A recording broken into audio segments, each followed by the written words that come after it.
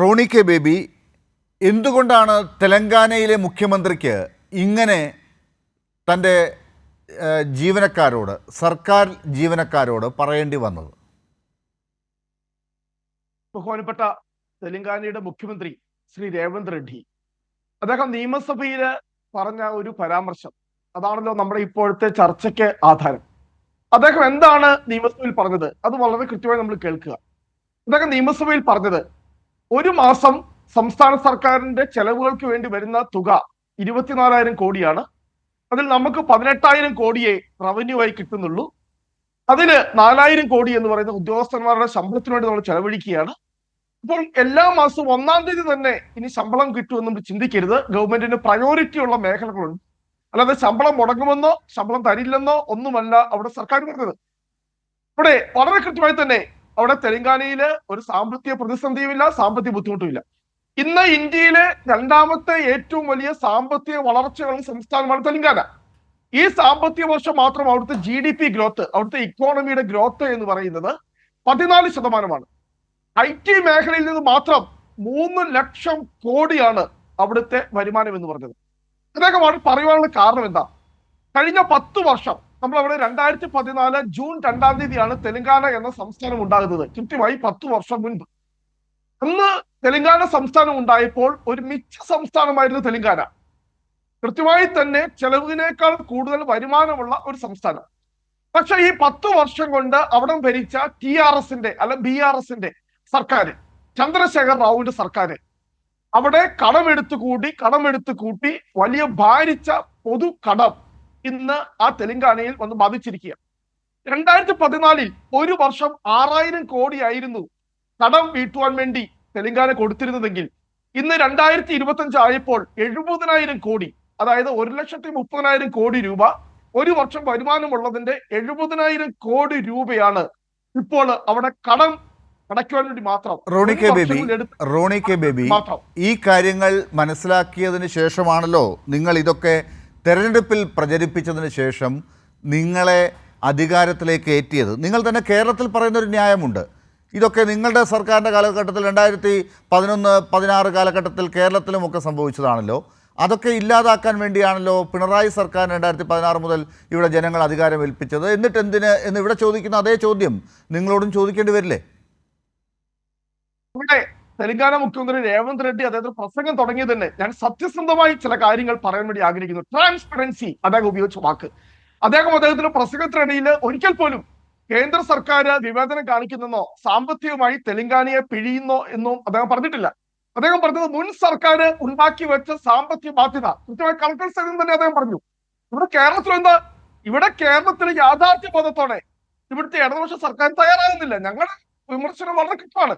അത് കേരളത്തിലാണെങ്കിലും അല്ലെങ്കിൽ തെലങ്കാനയിലാണെങ്കിലും കോൺഗ്രസ് നിലപാട് വളരെ. അപ്പോൾ സത്യസന്ധമായി പറയുകയാണെങ്കിൽ, താങ്കൾ ഈ പറഞ്ഞു വരുന്നതിന്റെ അർത്ഥം ഇത്രയേ ഉള്ളൂ, സത്യസന്ധമായി പറയുകയാണെങ്കിൽ കേന്ദ്ര സർക്കാരിനെ കുറ്റം പറയരുത്, മുൻപ് സംസ്ഥാനം ഭരിച്ച സർക്കാരിനെയാണ് കുറ്റം പറയേണ്ടത്. ഇതല്ലേ പറഞ്ഞു വരുന്നത്? അല്ല, എന്നെ അങ്ങ് പൂർത്തീകരിക്കാൻ വേണ്ടി അനുവദിക്കുക. ഞാൻ കൃത്യമായി പറയാം. 2016 വരെ കേരളത്തിന്റെ അവസ്ഥ എന്തായിരുന്നു? ഉമ്മൻചാണ്ടി സർക്കാർ ഇറങ്ങി പോകുമ്പോൾ കേരളത്തിലെ പൊതുകടം എന്ന് പറയുന്നത് 1,68,000 ആയിരുന്നു, 68,000 കോടിയായിരുന്നു. അത് 9 വർഷം കൊണ്ട് 3 ഇരട്ടിയായി വർദ്ധിച്ചിരിക്കുന്നു. അല്ല, പക്ഷെ ഇവിടെ ശമ്പളം 1-ാം തീയതി കൊടുക്കാൻ പറ്റില്ല എന്ന് ഇവിടുത്തെ ധനമന്ത്രി പറഞ്ഞിട്ടില്ല, ഇവിടുത്തെ മുഖ്യമന്ത്രി പറഞ്ഞിട്ടില്ല. ഇവിടെ ഈ പറഞ്ഞതുപോലെയുള്ള പ്രതിസന്ധി DA അങ്ങനെ ഈ പറഞ്ഞ പ്രശ്നം കൊണ്ട് കൊടുക്കുന്നില്ല എന്ന് പറഞ്ഞിട്ടില്ല. കേന്ദ്ര സർക്കാർ കേരളത്തിന് തരേണ്ട വിഹിതം കൊടുക്കുന്നില്ല എന്നുള്ളത് കണക്ക് പ്രകാരം ഇവിടെ കൃത്യമായി പറഞ്ഞിട്ടുമുണ്ട്. ഇനി ഒരു കാര്യം കൂടിയുണ്ട്, നിങ്ങളുടെ തന്നെ മറ്റു 2 സംസ്ഥാനങ്ങളുണ്ടല്ലോ, കർണാടകം, ഹിമാചൽ പ്രദേശ്. ഇവിടെ എന്താണ് ന്യായം? ഇവിടെ ഞാൻ തെലങ്കാനയുടെ കാര്യം പറഞ്ഞിട്ട്, കാരണം ഇനി തെലങ്കാന കഴിഞ്ഞു, നമുക്ക് വരാം, അതിലേക്ക് തിരിച്ചു വരാം. വിഷയം അതല്ല, നമ്മുടെ വിഷയം അതാണല്ലോ, തെലങ്കാനയാണ്. തെലങ്കാന പറയുന്നത് കാരണം ഞങ്ങൾ തെരഞ്ഞെടുപ്പിൽ പറഞ്ഞ മുഴുവൻ വാഗ്ദാനം എനിക്ക് കാണിച്ചു. 75 ലക്ഷം കർഷകരുടെയാണ് 2 ലക്ഷം രൂപ വരെയുള്ള കാർഷിക ഞങ്ങൾ എഴുതിത്തള്ളിയത്. ഇപ്പോൾ ഇവിടെ ജീവനക്കാർക്ക് ശമ്പളം 2-3 ദിവസം വൈകുമെന്ന് പറഞ്ഞ അതേ കോൺഗ്രസ് സർക്കാരാണ് അവിടുത്തെ സർക്കാർ ജീവനക്കാർക്ക് അപകട ഇൻഷുറൻസ് 1,4 കോടി രൂപ, 1 രൂപ പോലും സർക്കാർ ഉദ്യോഗസ്ഥരിൽ നിന്ന് മേടിക്കാതെയാണ് 1,4 കോടി രൂപ അപകട ഇൻഷുറൻസ് ഞങ്ങളോട് പ്രഖ്യാപിച്ചത്.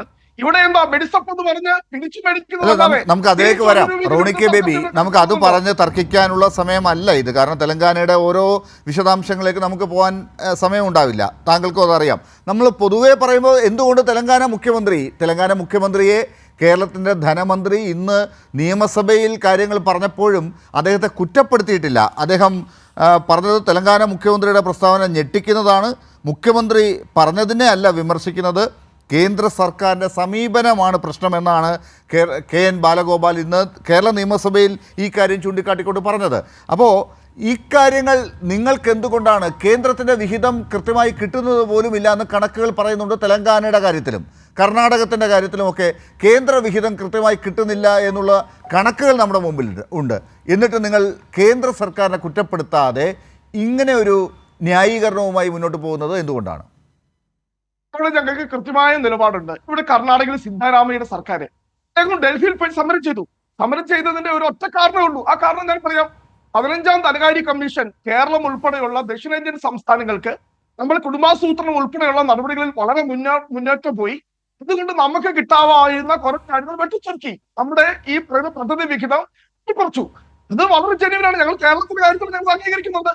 കേരളത്തിന്റെ എംപിമാർ, കോൺഗ്രസിന്റെ എംപിമാർ അത് ലോക്സഭയിൽ ആ വിഷയം ഉന്നയിച്ചതാണ്. കേരളത്തിലെ ബഹുമാനപ്പെട്ട മുഖ്യമന്ത്രി ശ്രീ പിണറായി വിജയൻ നിയമസഭയിൽ തന്നെ കോൺഗ്രസിന്റെ എംപിമാരെ അഭിനന്ദിച്ചതാണ്. ആ വിഷയം തന്നെയാണ് കർണാടകയിലെ മുഖ്യമന്ത്രിയായ സിദ്ധരാമയ്യ പറയുന്നത്. 15ാം ധനകാര്യ കമ്മീഷൻ വെട്ടിക്കുറച്ചത് പുനഃസ്ഥാപിക്കണം. അല്ലാതെ പറയുന്ന മറ്റു കാര്യങ്ങളിൽ ഇവിടെ എന്താ കേരള സർക്കാർ പറയുന്നത് എന്താ, കേരളത്തിലെ CPM പറയുന്നത് എന്താ, ഇവിടുത്തെ സാമ്പത്തിക പ്രതിസന്ധിയുടെ മുഴുവൻ ഉത്തരവാദിയും കേന്ദ്ര സർക്കാരാണ്. ഇവിടെ ഞങ്ങളുടെ ദൂർത്തോ ഞങ്ങളുടെ ധനകാര്യസ്ഥിതിയോ ഞങ്ങളുടെ ഫിനാൻഷ്യൽ മിസ്മാനേജ്മെന്റോ അതൊന്നും കാരണമല്ല. ഞങ്ങൾ പറഞ്ഞെന്താ, നിങ്ങൾ 5 വിരലുകൾ കേന്ദ്ര സർക്കാർ നേരെ അല്ല, പറയുന്നതിലല്ലോ റോണി കെ ബേബി, പറയുന്ന കാര്യത്തിലല്ല, കേന്ദ്ര സർക്കാരിൽ നിന്ന് നമുക്ക് കിട്ടേണ്ട കാര്യങ്ങൾ വാങ്ങിച്ചെടുക്കണ്ടേ? ആ കാര്യം കിട്ടാതെ പിന്നെ എന്ത് ന്യായവും പറഞ്ഞിട്ട് കാര്യമില്ലല്ലോ. അത് വാങ്ങിച്ചെടുത്തതിന് ശേഷമാണ് നിങ്ങൾ ഈ പറയുന്ന മറ്റു പ്രശ്നങ്ങളെങ്കിൽ കുഴപ്പമില്ല. പക്ഷേ ഇന്നിപ്പോൾ നിങ്ങൾ പ്രതിപക്ഷത്തിരുന്നു കൊണ്ട് ഈ രീതിയിലൊക്കെ പറഞ്ഞു കൂട്ടുന്ന കാര്യങ്ങൾ കൂടി കേന്ദ്ര സർക്കാർ ഒരു നല്ല ഒരു സഹായമായിട്ടാണ്, ഒരു ഊന്നായിട്ടാണ് എടുക്കുന്നത് കേരളത്തിനെ സഹായിക്കാതിരിക്കാൻ. അവിടെ തെലങ്കാന സർക്കാർ ഒരു കേന്ദ്ര സർക്കാരിന്റെ ഔദാര്യത്തോടു കൂടി എല്ലാവരും മുന്നോട്ട് പോകുന്നത്. ഇന്ന് കേരളത്തിലെ ധനകാര്യമന്ത്രി ശ്രീ ബാലഗോപാൽ അദ്ദേഹം തെലങ്കാന മുഖ്യമന്ത്രിയെ വിമർശിച്ചിട്ടില്ല എങ്കിൽ കാരണമുണ്ട്. ഞാനത് കാരണം കൂടി ചൂണ്ടിക്കാണിക്കാം. 91 പൊതുമേഖലാ സ്ഥാപനങ്ങളാണ് നേരത്തെ അവിഭക്ത ആന്ധ്രാപ്രദേശിൽ ഉണ്ടായിരുന്നത്. 1.5 ലക്ഷം കോടിയാണ് ഈ 91 പൊതുമേഖലാ സ്ഥാപനങ്ങളുടെ ആസ്തി. പക്ഷെ എന്ത് ചെയ്തു, ആന്ധ്രയും തെലങ്കാനയും തമ്മിൽ തർക്കമുണ്ടായി. ആന്ധ്രാപ്രദേശ് സുപ്രീം കോടതിയിൽ കേസ് കൊടുത്തിരിക്കുക. ഈ 91 പൊതുമേഖലാ സ്ഥാപനങ്ങളിൽ നിന്ന് ഒരു വരുമാനം പോലും ഇത് തെലങ്കാനയ്ക്ക് കിട്ടുന്നില്ല, ആന്ധ്രാപ്രദേശിന് കിട്ടുന്നില്ല. എന്നിട്ടും ഇന്ത്യയിലെ 2ാമത്തെ ഏറ്റവും സാമ്പത്തിക വളർച്ച നേടിയ സംസ്ഥാനമായി തെലങ്കാന മാറി. പക്ഷെ അത്രയും സാമ്പത്തിക വളർച്ച നേടിയ ഒരു സംസ്ഥാനം എന്താണോ ജനങ്ങൾക്ക് അല്ലെങ്കിൽ വ്യവസായികൾക്ക് മറ്റ് ഉപഭോക്താക്കൾക്ക് നൽകേണ്ടത് ആ കാര്യങ്ങളല്ല ഇപ്പോൾ നൽകിക്കൊണ്ടിരിക്കുന്നത്. അതിന് കാരണം മുൻ സർക്കാരിനെ കോൺഗ്രസ് ഇപ്പോൾ ഈ ചർച്ചയിലൊക്കെ ഇതുപോലെ കുറ്റപ്പെടുത്തുന്നുണ്ട്. അതുമാത്രം മതിയോ? കർണാടകത്തിൽ അങ്ങനെയാണെങ്കിൽ മുൻ BJP സർക്കാരിനെയും അതിനു മുമ്പ് കോൺഗ്രസും BJP തന്നെയാണല്ലോ പല ഘട്ടങ്ങളായി അവിടെയും ഒക്കെ ഹിമാചലിലും ഒക്കെ ഉണ്ടായിട്ടുള്ളത്. അപ്പോൾ അവിടെയൊക്കെ ഈ മുൻ സർക്കാരുകളെ തന്നെ പറഞ്ഞുകൊണ്ടിരുന്നാൽ മതിയോ? കേന്ദ്ര സർക്കാർ കൃത്യമായി വിഹിതം കൊടുക്കാത്തത് ഇപ്പോഴും ഒരു പ്രശ്നമല്ലേ എന്നുള്ളതാണ് അറിയേണ്ടത്. ഞാൻ വരാം